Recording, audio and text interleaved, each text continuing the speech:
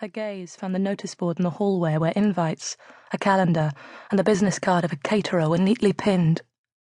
At the top was a map of the world. The week before Mia left to go travelling, Katie had asked her to plot her route on it.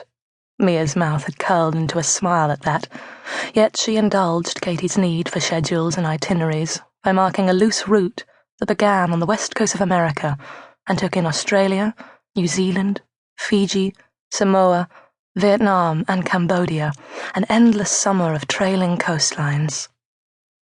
Katie had been tracking the route from Mia's infrequent bursts of communication, and now the silver drawing pin was stuck in Western Australia. Staring at the map, she knew something wasn't right. She turned back to the police. Where was she found? In Umanuk, the female officer repeated. It's the southern tip of Bali. Bali? Bali wasn't on Mia's route. This was a mistake. She wanted to laugh, let the relief explode from her chest. Mia isn't in Bali, she's in Australia. She caught the exchange of glances between the officers. The woman stepped forwards. She had light blue eyes and wore no makeup. I'm afraid Mia's passport was stamped in Bali 4 weeks ago.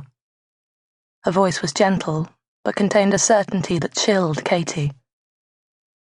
Miss Green, would you like to sit down? Mia couldn't be dead. She was 24, her little sister. It was inconceivable. Her thoughts swam. She could hear the cistern downstairs humming. A television was playing somewhere. Outside, a late-night reveller was singing.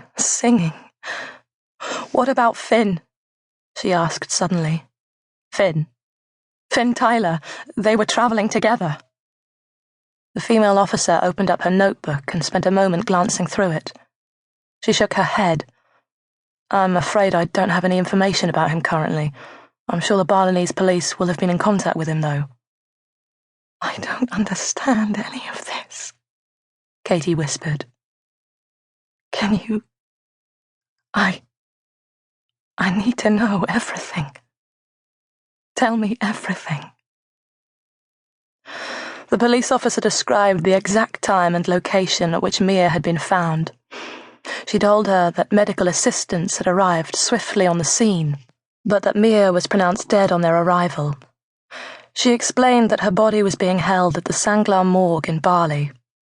She confirmed that there would be further investigations, but that so far the Balinese police believed it was a tragic accident. All the while, Katie stood completely still. Is there someone you would like us to contact on your behalf? She thought instantly of their mother. She allowed herself a moment to imagine the comfort of being held in her arms, the soft cashmere of her mother's jumper against her cheek. No, she told the officer eventually. I'd like you to leave now, please. Of course. Someone from the Foreign Office will be in touch tomorrow with an update from the Balinese police. I'd also like to visit you again. I've been assigned as your family liaison officer and will be here to answer any questions that you have.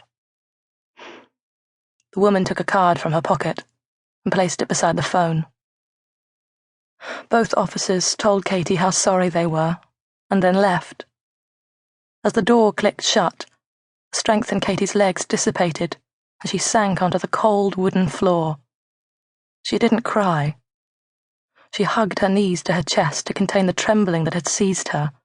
Why had Mia been in Bali? Katie didn't know anything about the place. There was a bombing outside a nightclub some years ago, but what else? Clearly there were cliffs.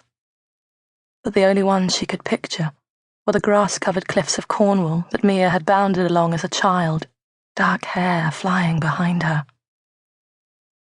She tried to imagine how Mia could have fallen. Was she standing on an overhang and the earth crumbled? Did a sudden gust of wind unbalance her? Was she sitting on the edge and became distracted? It seemed absurdly careless to fall from a cliff. The facts Katie had been given were so few that she couldn't arrange them into any sort of sense. She knew she should call someone. Ed. She would speak to Ed.